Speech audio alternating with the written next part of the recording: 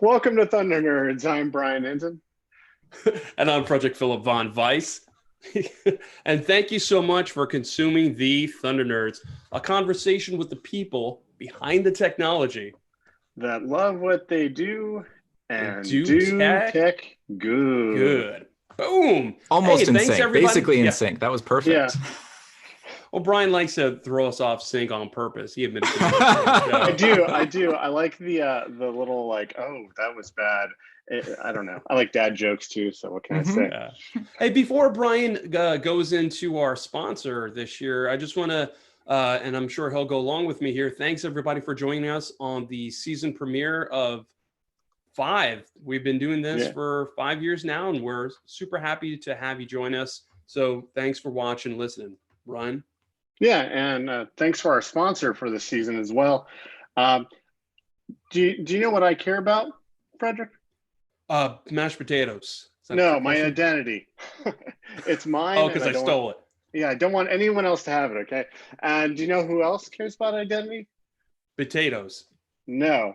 This episode's sponsor and the season sponsor, Auth0.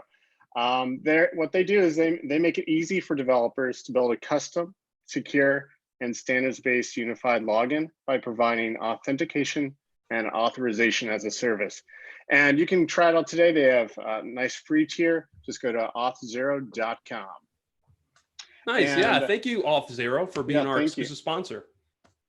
And also, if you're listening to the show and you're like our sponsor as well, and you like us, what you should do is subscribe to the show. And you can do that on YouTube, your podcast of choice. If you're on YouTube, click that wonderful bell icon so you'll know that we're live. And we thank everyone who subscribes and listens. Yeah, thanks everybody. So with that being said, let's go ahead and welcome our guest. And if you notice, we have guest plural. We have 2 human Bonus. beings today. Yeah, we have Chris Vincent Fritz, which is a educator / engineer hybrid, a web consultant and former member of Vue core team. And we also have Hope Wilder, who is the founder of Pathfinder. Welcome to the show, everyone. Welcome. Oh, Hey, thank you. Great And to be here. how did you figure out my real middle name? Well, Chris, what we do is a lot of research. We Wow. go through your garbage. Deep background check. Yeah. Deep background check. I looked up your website on the Wayback Machine from 1985, and I found some weird stuff. But yeah, I know your middle name. Yeah, I mean, I don't know. I prefer if you didn't yuck my yum. I'm still into that stuff. Don't worry, me too. I got the rubber gloves to prove it. Anyway, let's go ahead and talk about you. So, Chris, thanks for joining us. You're both Chris and Hope. You're both joining us from Raleigh, right? Durham, very close. Yeah. Oh, okay, Durham. Yeah. Perfect. Okay, cool. So, yeah, it must be freezing there right now, huh? In North Carolina? No, Yeah. I think it's it's beautiful. just freezing. Oh, I mean, not I like mean, freezing. Yeah. Freezing. Not like. Florida. Listen, I came from Compared to Michigan Florida. before this, so like. I've never experienced it cold so far in North Carolina. Like cold is when it hurts so bad to be outside, no matter how bundled up you are. And if you stay outside too long, you die. That's what cold is. I'm giving you some context. In Florida right now, it's 50 degrees. So I'd imagine where you're at, it must be like in the 30s, no? Yeah, it's like actually freezing. So I It's beg like to 45 differ. or something, right? It's like 35. More It's differ like begging. wear I a don't know. coat. Earlier Okay. today, it was like 45, right? A lot of differ begging on the show today. Yeah. Okay. Yeah. So it is cold. Again, it's everybody's context of cold. Gotcha. So, Chris, let's jump in a little bit about you, and then we'll introduce everyone to Hope and what part she's playing here today, and all about Pathfinder and what that is. So let's start off a little bit with some context of time and get a little bit of understanding about who you are.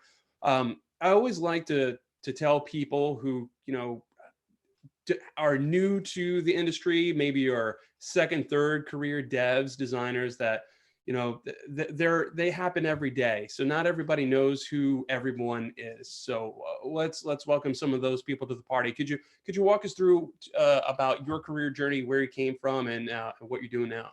Yeah, definitely. So I started out in education, teaching human languages at first, mostly German, some Spanish, and got into programming when I wanted to really, like, I dabbled with it a little bit, done some like Pascal and like a little bit of like C++, really just for fun. That's dabbling. A little assembly. No, it's not really like Pascal actually has a beautiful like IDE and everything, like, and the help is so useful. Oh gosh, did they know how to make documentation back in those days? Let me tell you. Back in those days.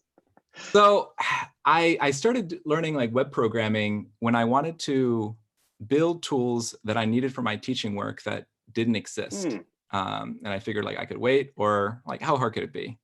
And it's like, yeah, it's a little bit hard, but I started simple. I was doing some like WordPress and other PHP stuff, and then got into some like Ruby and Rails, and then eventually like got into more JavaScript stuff. And here I am today. Now I mostly do front end work. I was working on the Vue team for a long time, still working in the Vue ecosystem. Recently stepped back from the Vue team just because I couldn't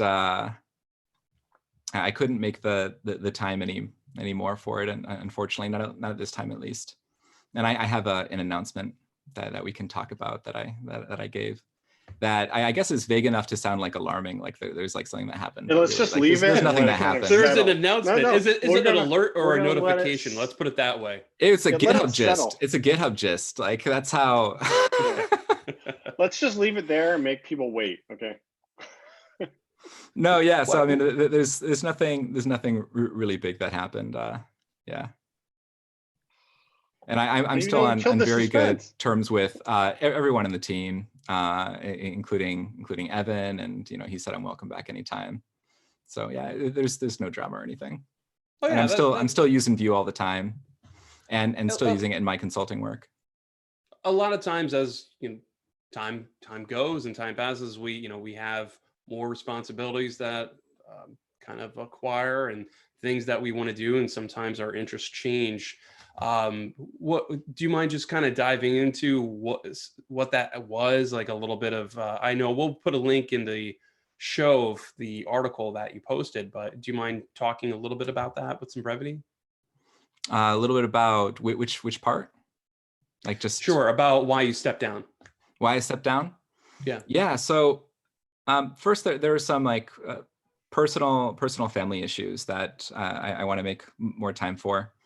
But also, besides that, I was finding it harder to basically find fulfillment in the work that I was doing, and also the time to do it. Like being one of the most public people for the Vue team really took a toll. Like a lot of days, I'd just be pummeled with people who wanted maybe even just like 15 minutes of time to help with something, and maybe they're doing like good work, and I want to help them with that, but it just like gets unsustainable. And I could have literally spent like 16 hours a day every day just doing things, like little things for people that people would ask me, and not get anything else done, and still not get through everybody.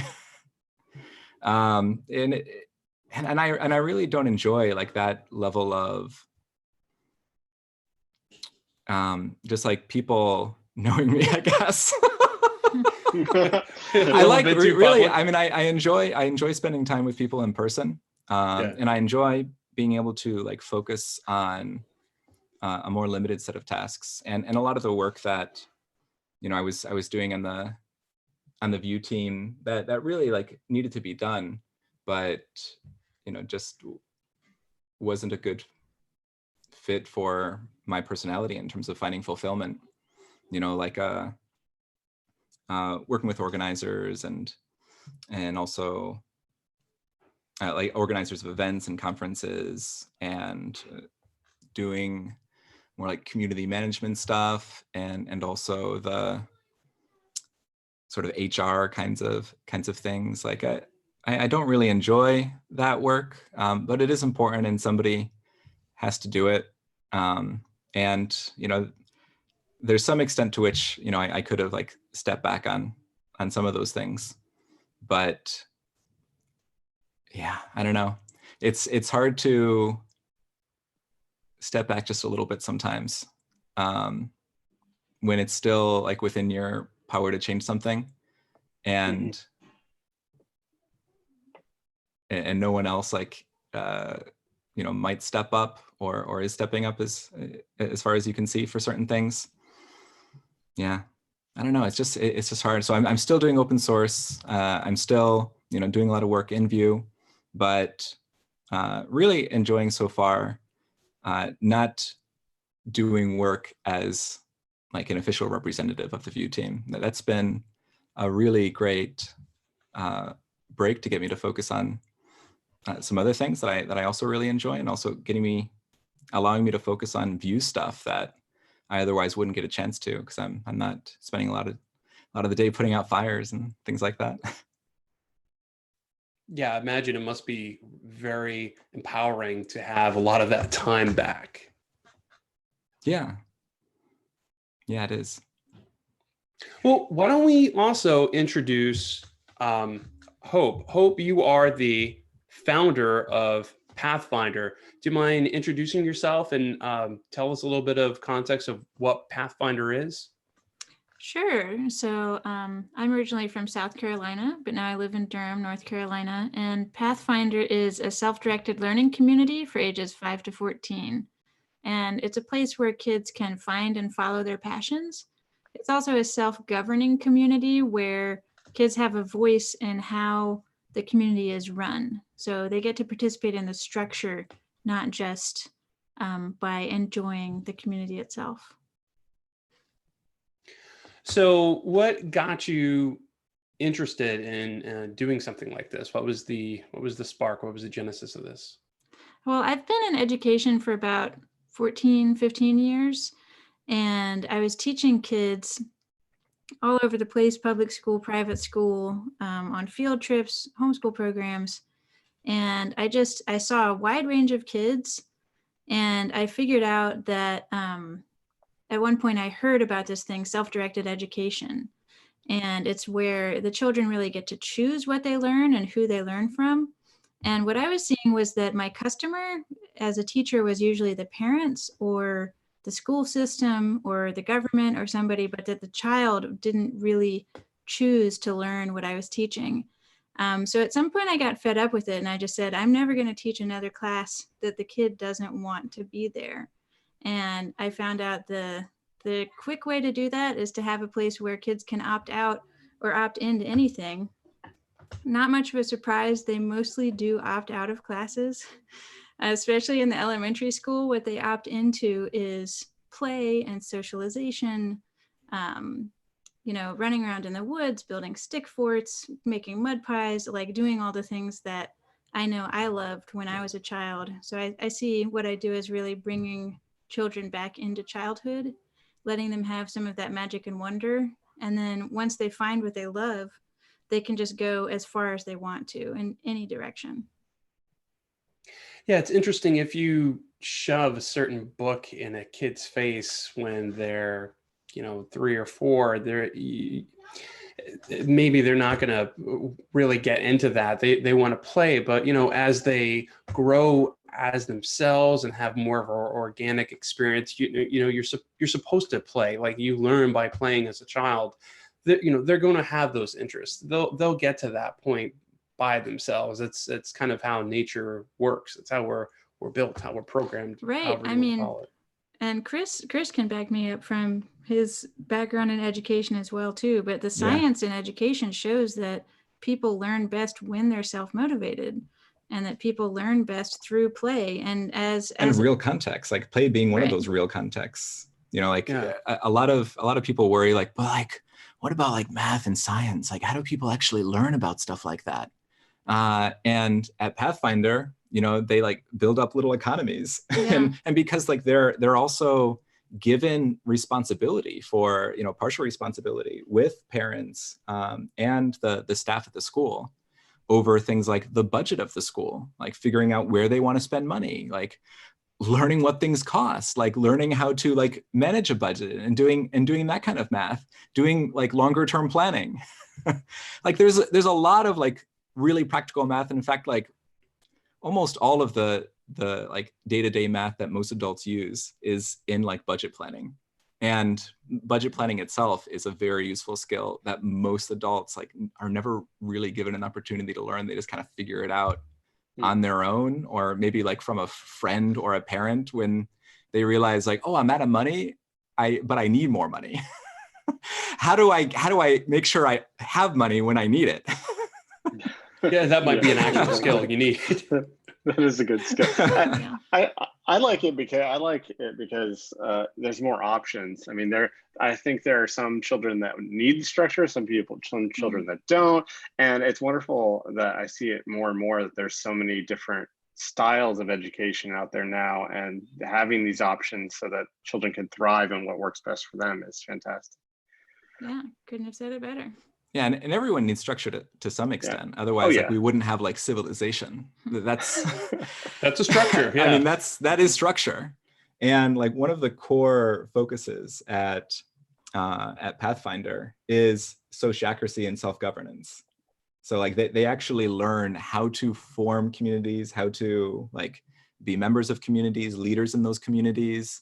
Our kids run a mean board meeting, so. They keep it snappy, on topic. They read the entire agenda. One of our moms told us they'd gone out and, a trampoline park or something, and we're supposed to sign a liability waiver. So she hands it to her child, who read the entire thing front and back before signing it, because she's used to doing that at Pathfinder, and she's 9 years old.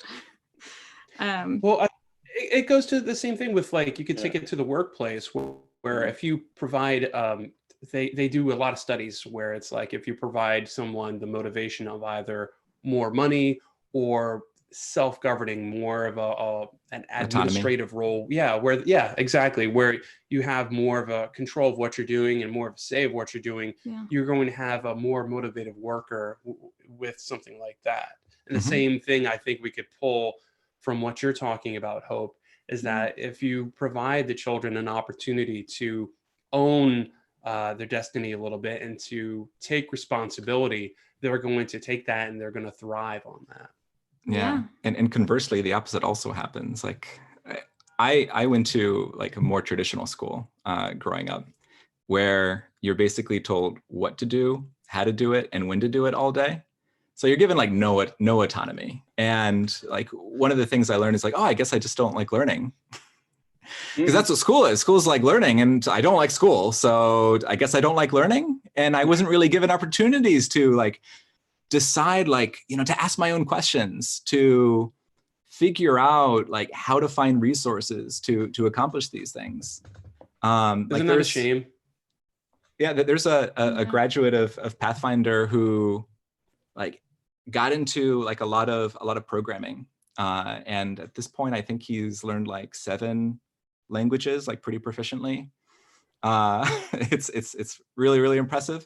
It's amazing like what you can do when you can actually use the period of time when you have a lot of free time to learn to actually learn like useful skills. And he's like 16 now. 15. 15? Yeah. 15 now. Yeah, he's too young to hire.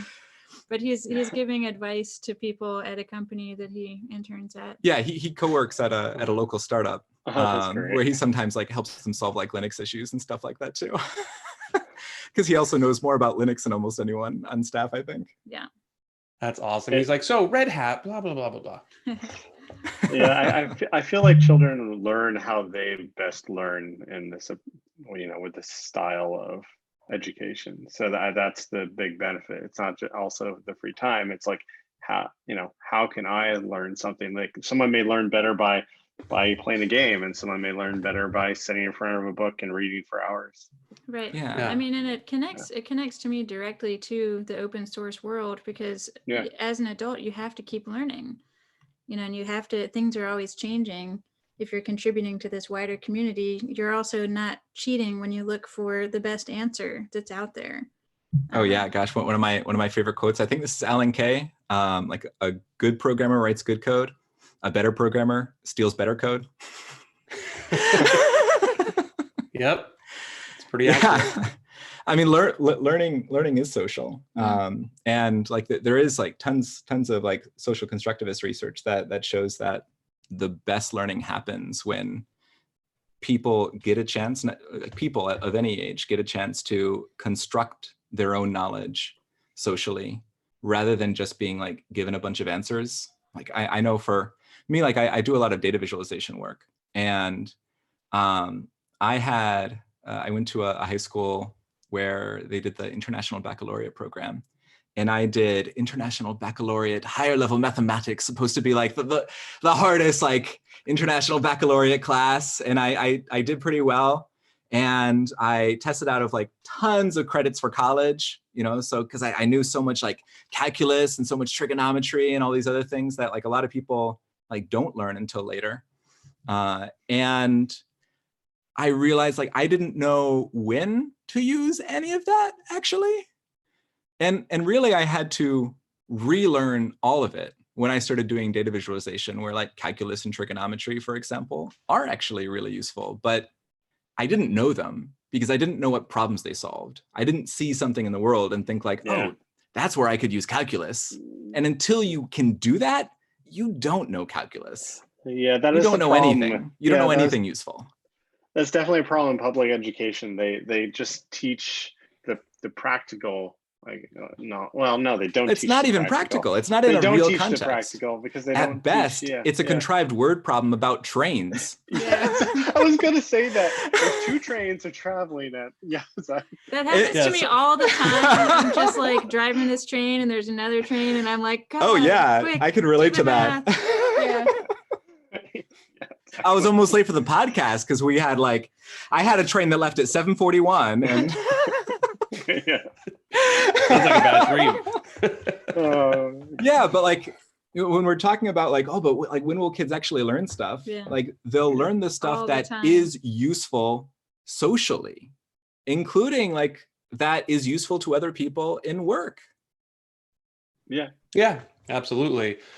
You know, Chris, I want to get to some of the questions that people sent into us too. And speaking of learning, one of our listeners, Todd here, wrote, and Todd was asking, what are some good resources that you could cite for learning Vue? What are some of the, if you want to get into it quickly, what are some of the best resources that you could help you jump in and start really getting a handle on it? Got it. Happy to help. So first, the Vue docs is the first place that I'd go. Like I was previously on the docs team. Now Sarah Drasner, Anfan, Talia Tepluhina, and Ben Hong are doing an awesome job continuing that work, and they are really, really, really good docs. If you just read through the essentials version, like part of the docs, you can get through that in like the afternoon of a Saturday and learn like 80% of the really, really common features that help you be productive in Vue.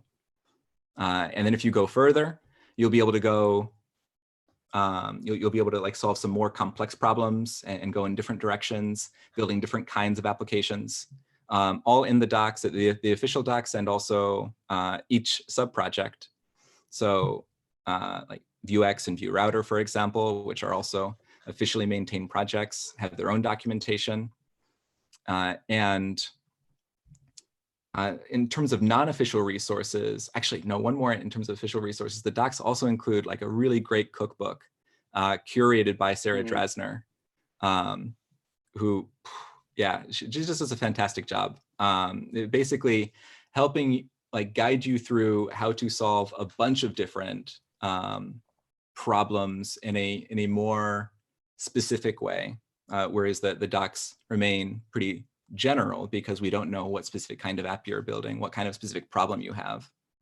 But in the cookbook, we can go over like really specific things, like how do you integrate this specific third-party library into a Vue project, that kind of thing. I love that. And also, there's probably a really good podcast that someone could go to listen about Vue. Yeah, I'm gonna go into some non-official resources now. One of them is Enjoy the Vue. Enjoy the Vue. I think you're up to like podcast. 4 episodes now, right? I think we've released 5. 5 episodes. Nice. Okay. Yeah. And you can find us on all the major platforms. If you just like open up your podcast app, whatever it is, search for Enjoy the Vue, spelled VUE, just like the library, you'll find us. And also I have to mention, there are some great video courses. Maximilian Schwarzmüller, I think, on Udemy has like a really great course that a lot of people really enjoy. And then Vue School has some great courses. Vue Mastery has some great courses. Oh, I love those videos. Yeah. Yeah, Vue Mastery, led by Greg Pollock of Code School fame, which were some of like the most useful videos that I found. And I really scoured the internet back then to try to find useful videos for learning like Ruby and Rails. And Greg Pollock's were the best. And he brings that same like experience and style to Vue Mastery with the other instructors that he's all trained personally. And so those are great resources. There are also a ton of Vue books for anything from like testing to building forms to just like a general introduction. So some really high quality stuff. You don't have to believe me. You can like read the reviews and stuff like that.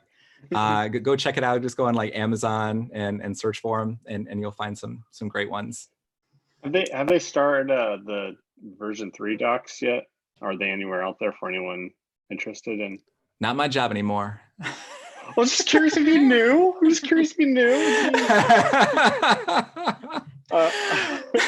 You don't need to feel pressured. Oh no, I don't feel pressured. I was saying that with delight. It's nice when there's like a responsibility that it's like, it's not my job anymore. Well, let's hear a little bit more though about the podcast, if you don't mind. I'd love to talk about it. Yeah. Yeah, so it's enjoythevue.io for people that want to go there right away, look at the website. But could you tell us like what was your inspiration to start this podcast? Where were you? I want to know, where were you when this idea came to you? Gosh, well, I don't remember. It's not like it's not like a big event like that. Where was I? I don't know. Probably at home statistically. Yeah. Great, you answered my question. He was texting on the toilet. Well, we don't need to go into it. We don't need to go into all the details. I think Brian hit something there. But yeah, I mean, basically, this is I was on a previous podcast with Ben Hong, Ari Clark, and Elizabeth Fine, who are my co-hosts on Enjoy the Vue. And we moved to this podcast on the Code Fund Network. And it's just, have been really, really enjoying interviewing great guests. In this one, we're having like 50% guest episodes and 50% panel episodes, or at least that's what we're thinking right now. It might shift over time, depending on what we're feeling, because we can do anything. We can do whatever we feel like. That's awesome. Yeah, you had Jen on the other day too. Jen Looper, right? Yeah. From Vue Vixens. Yeah, that's so cool. Yep, you betcha.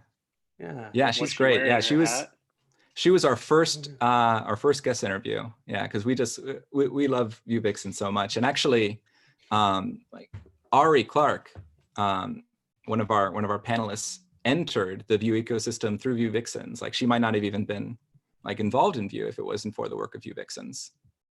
Woohoo! Wow, that's so cool. I love that. Yeah, they do some great community building. Who came up with the name of the podcast? Because I like that. Great name. Oh, I mean, I don't know. Like, I think it was me, but now I'm worried. Like, am I taking credit for someone else's idea? It's funny. No, we almost at one point called it the Viewpoint, which was not my idea. That would have been Divya Sasidaran, who She was on your show gave too. us permission to steal that. Yeah, she was also a guest. Yeah. Yeah, I really like that. That's a cool name. Someone's coming for someone. I think that's for you, Someone's Brian. what? Oh yeah, sorry. Oh no, that's quite all right. No, they come for Brian twice a day. It's totally understandable. So, are you still doing Patreon? Or are you still getting support from that? Yeah, I'm still doing Patreon. Still doing my like non-official open source work, and actually I'm able to dedicate more resources to that now that I'm not on official duties, and also working on some stuff that I'm not ready to talk about yet. Why don't we dive into that? Can you drop a hint? Drop a hint. I think it'll be fun. I don't know. I'm trying to do stuff that, just feels really great to me. And generally the stuff that feels really great is the stuff that in my consulting work, I find myself solving like that kind of problem over and over again.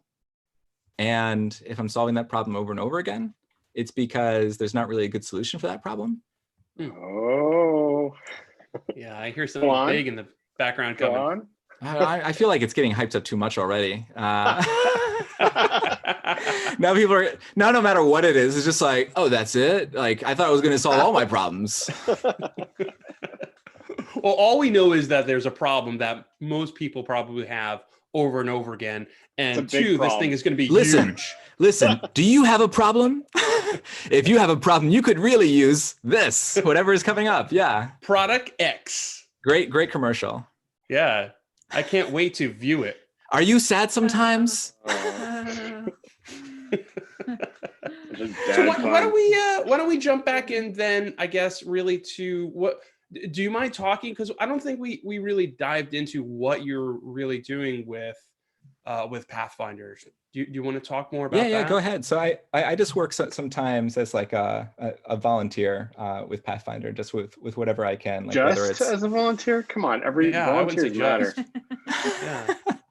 Yeah. Just in some free time, help with an open house, helping them get some technology up and running, helped point some students to some resources and stuff like that. But I mean, that's part of what Pathfinder is. Like they build community, and they reach out to like people in their community to help students explore whatever interest they happen to be passionate about. Because you can't have a staff that is an expert on absolutely everything. Like Hope is really smart, and a lot of other people are really smart on the staff. So they are experts at more things than most people. I think the other day, like you took some kids down to the creek, and you looked for poop in the creek. With testing pH levels and stuff like that. Oh, okay. And that's, scientifically. Yeah. Not just like panning for poop. Yeah. Right. Thanks for repeating. Okay, who pooped in the creek? I guess it's 2:00. Let's go down to the creek. Title of the episode: Who pooped in the creek? Who pooped in the creek? Sounds great to me. Yeah. With Chris Fritz. I'm sure. I don't mind that on my tombstone. On your tombstone? Jeez, Yeah. Wow. Who pooped in the creek? Yeah. Oh, we jumped into dark passages. Well, maybe it was a nice death. You don't know. Yeah, I think that'll be my legacy. Hope, how can people find out about Pathfinder? First of all, what's the website? Yeah, sure. It's pathfinderdurham.com. That's DURHAM. I thought it was Pathfinder Community School. We have a short one too. Oh, you have wow, she's We have two. Nice. There you go. nice. Did you know you can do that? No, I didn't know. I mean, well, I knew that you could. I knew that you could do that, but like I didn't know that you did that. Yeah. Hope, what's the plans for the school? Like, where do you see it in 5 years? Are you looking to take this as an entity, if you will? I don't know a better way to put it, so forgive me. But are you looking to take this entity and move it to more locations? Do you have plans to kind of go across the city, the state, and so forth? Oh, and the world, of course. Or Mars, sure. Well, We're going start there with soon, Earth. I think. I mean, yeah. Realistically, Start with Earth. Pathfinder, Start local. So Pathfinder is already part of several peer affiliate networks, one of which Agile Learning Centers has, I think, hundreds of schools now all over the world, Central, South America, Europe, Asia, and also democratic free schools. So we're one of many. And I really value connecting to those collegial networks, and I feel like we're stronger together.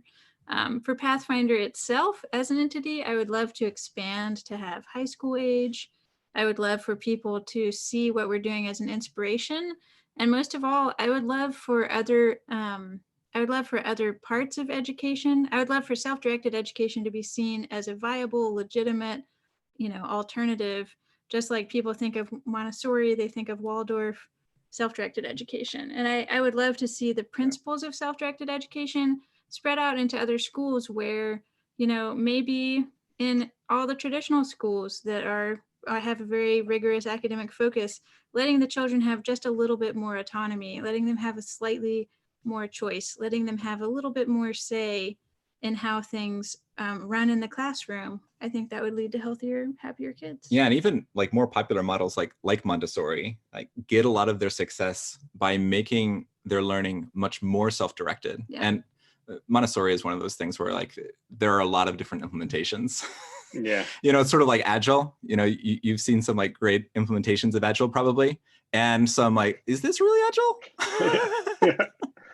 I did quotations for our audio listeners. Agile. Like free democratic schools is like a good umbrella term for like where hope is on the spectrum, where it's much more self-directed, often in a way that, at least for me as an educator, as a teacher, when the first time I experienced that in a school, which was many years ago, way before I came to Durham and I found out about Pathfinder, it seemed like chaos to me. It's like someone should do something. Someone should do something because the kids are just like doing things. Yeah.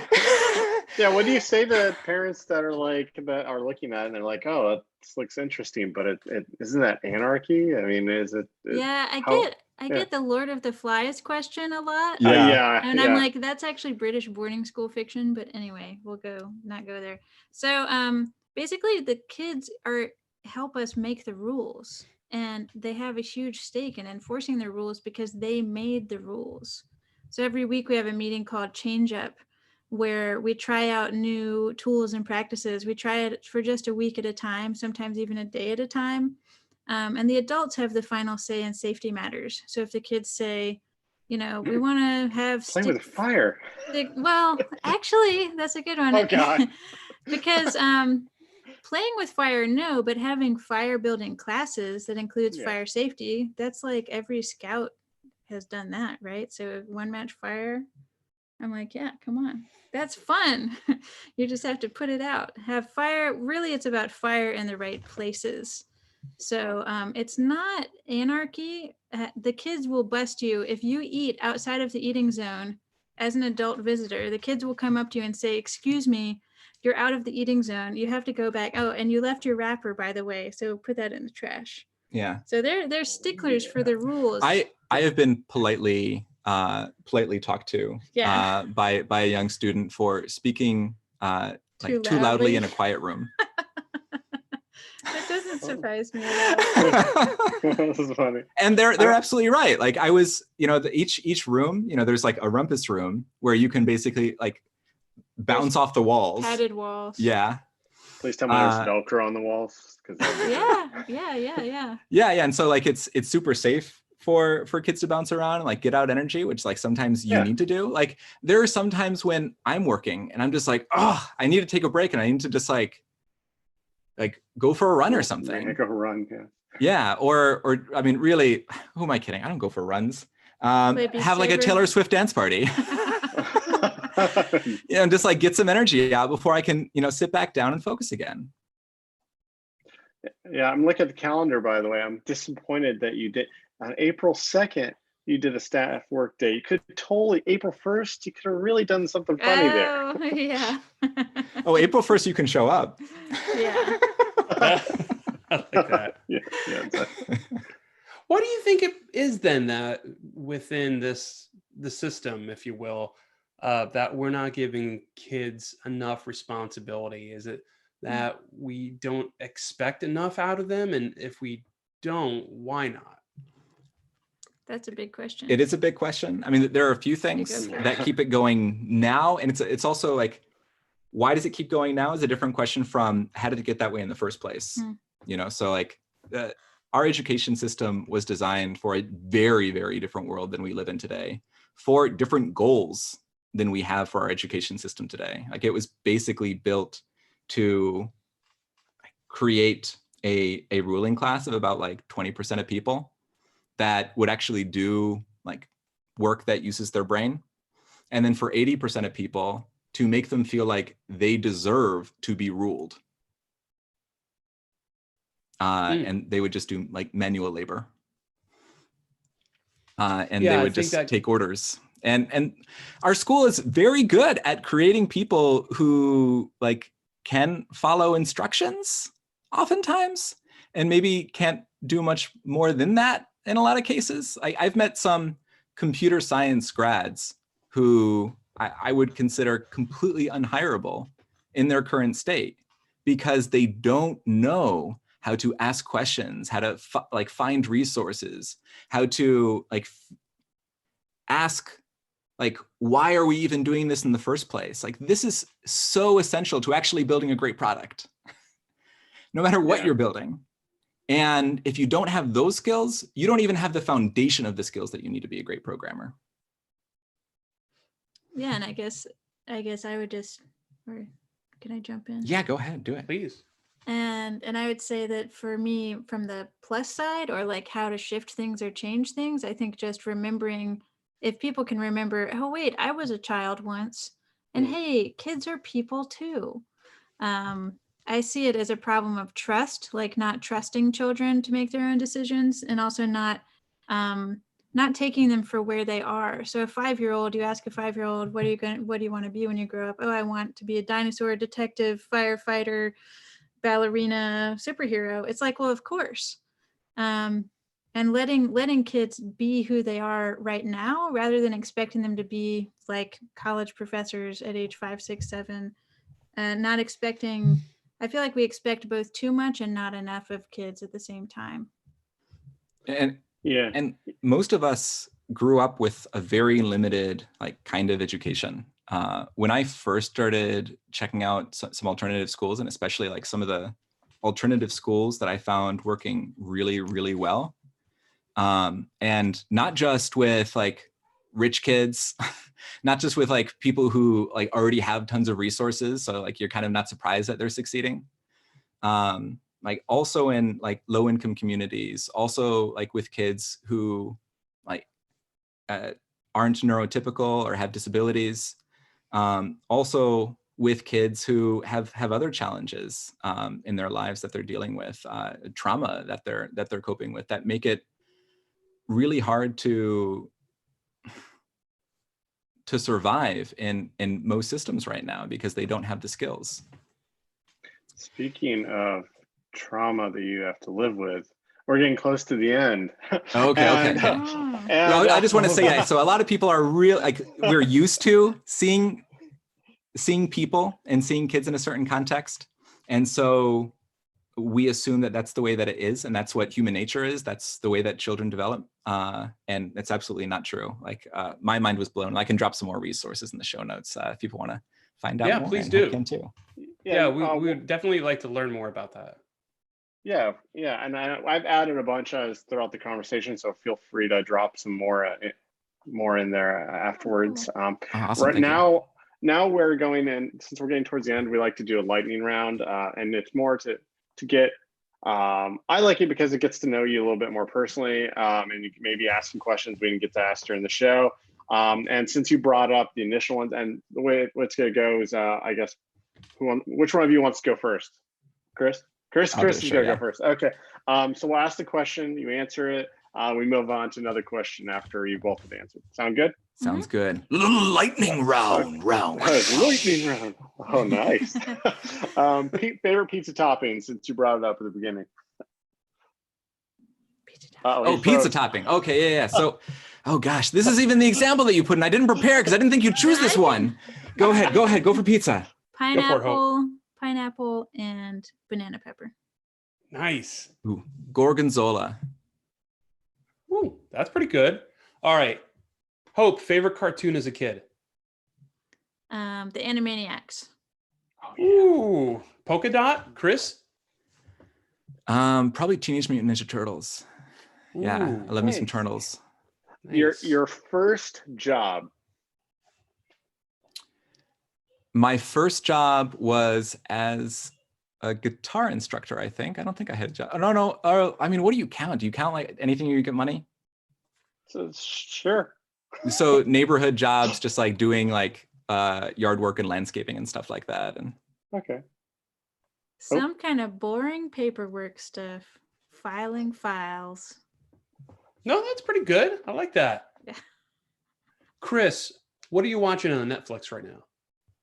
Well, I didn't think it's paused right now because I didn't think I was supposed to watch during the podcast.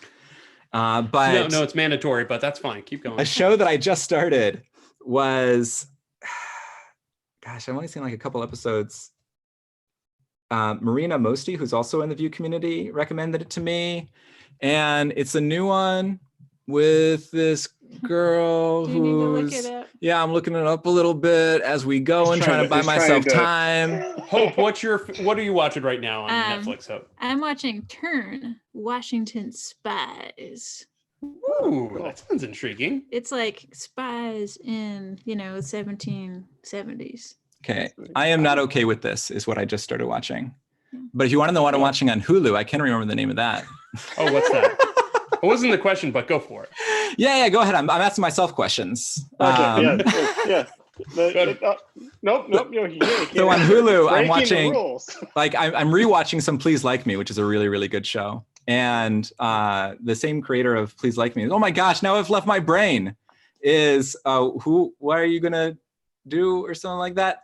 Anyway, if you look up Please Like Me show creator and then you look up other shows, you'll find the other one on Hulu, which just came out, which is really good.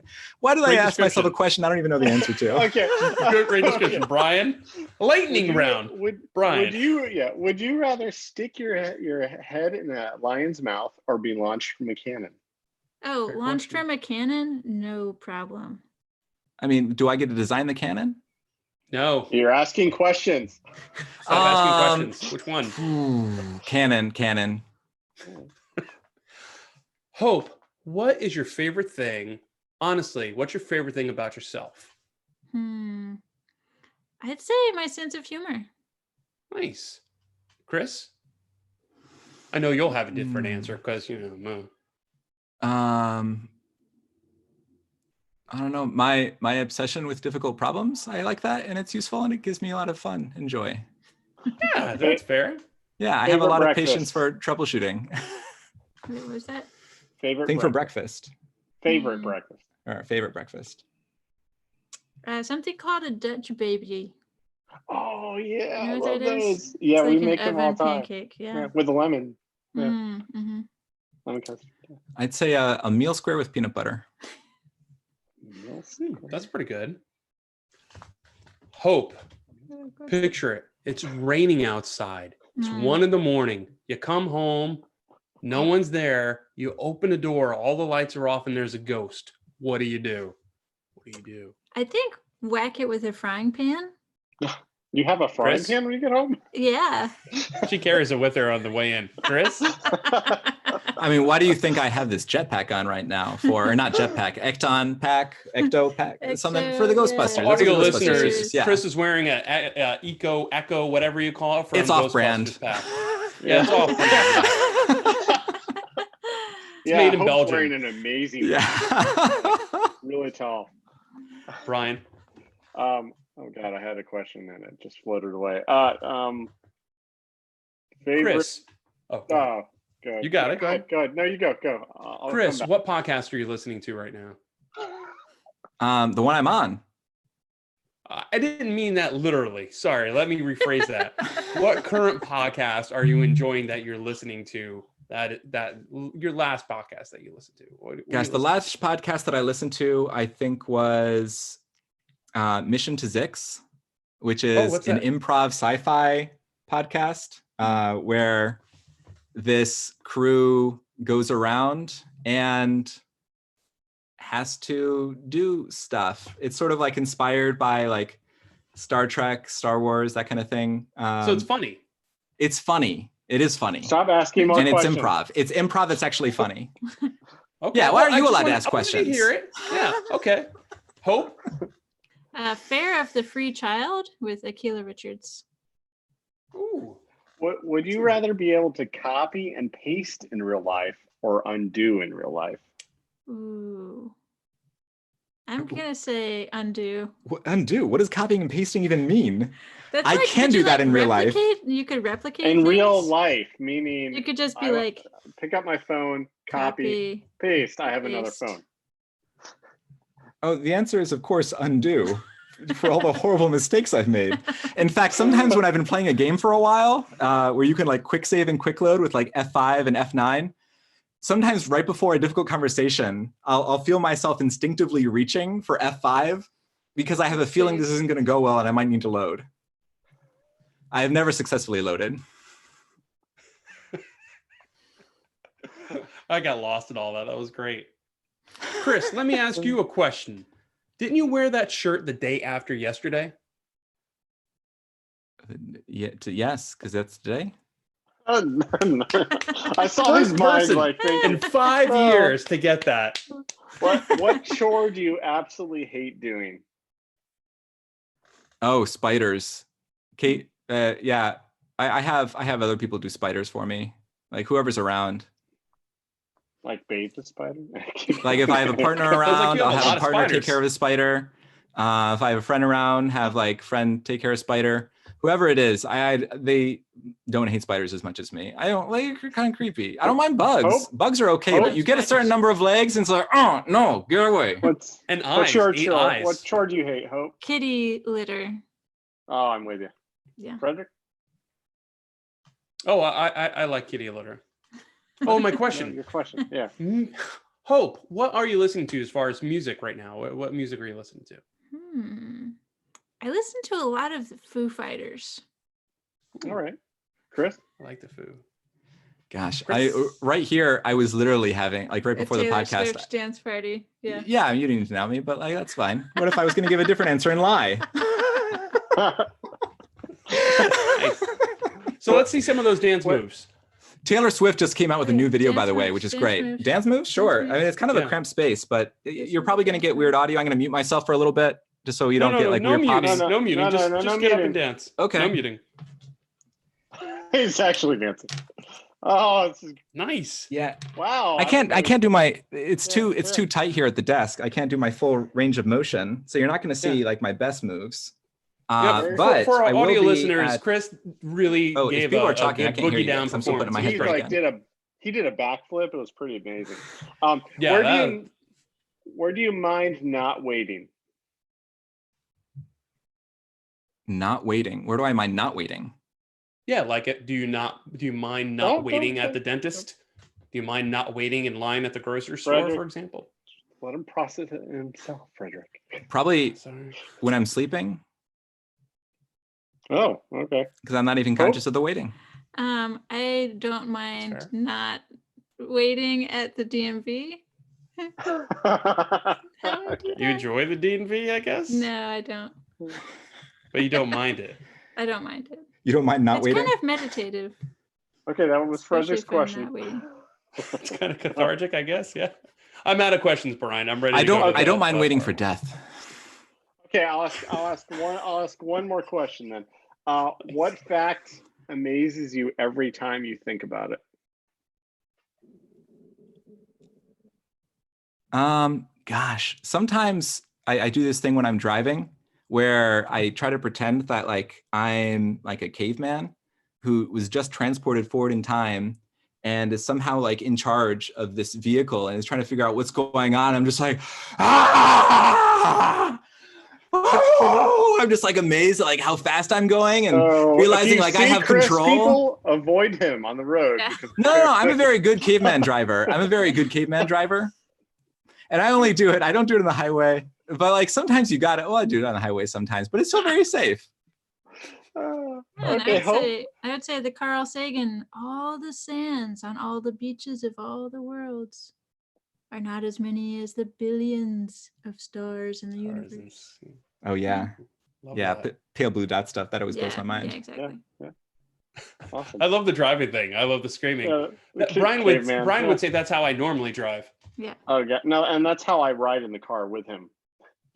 Screaming. He screams. It's, ah! But that's I'm a screaming very out good of driver. joy. That's screaming out of joy. It's just no, like the it's wonder fear. of the world and like looking around at the buildings and stuff like that and just like, wah! No, mine is fear because Frederick drives scarily. Very well. So speaking of how well I drive, why don't we ask you, we're getting so close to the end here. I want to provide you both a chance. And if you want to go first, some final words for our audience. Yeah, sure. So my advice for the audience is to say, remember that kids are people, children for the future. Nice.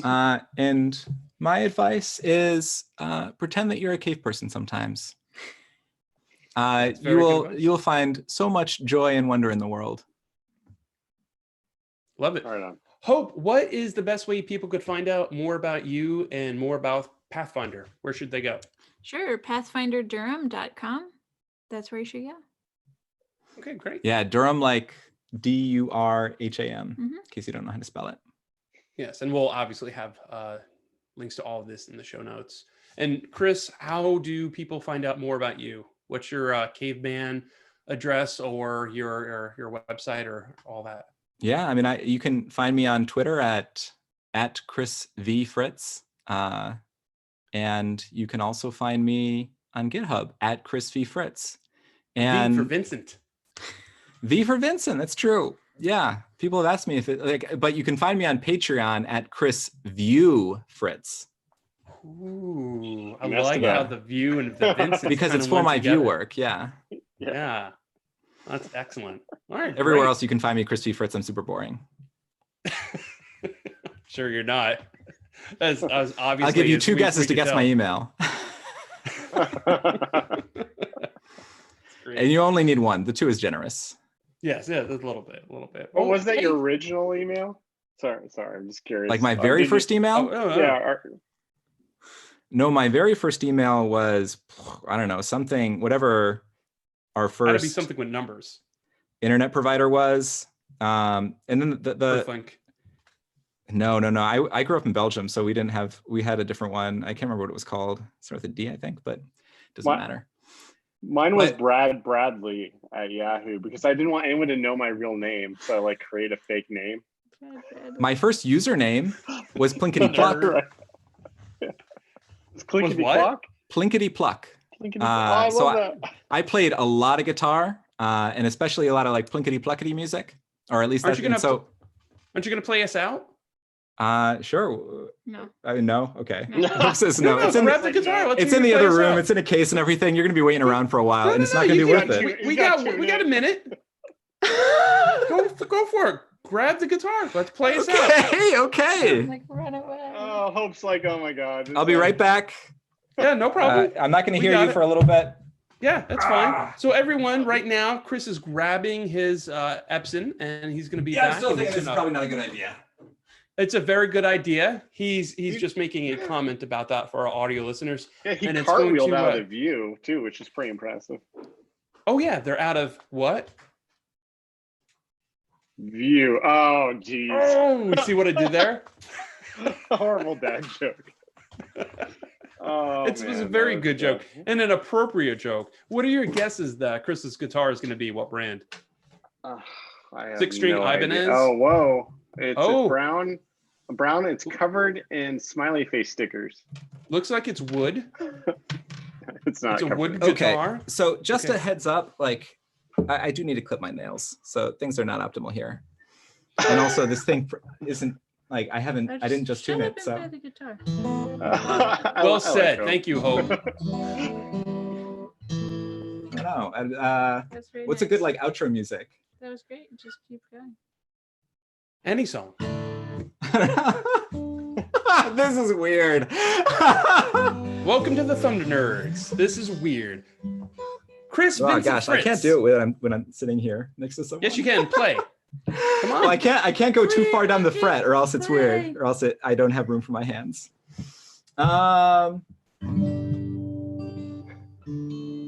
Feel free to sing loud too. I thought Hope was going to sing. Oh,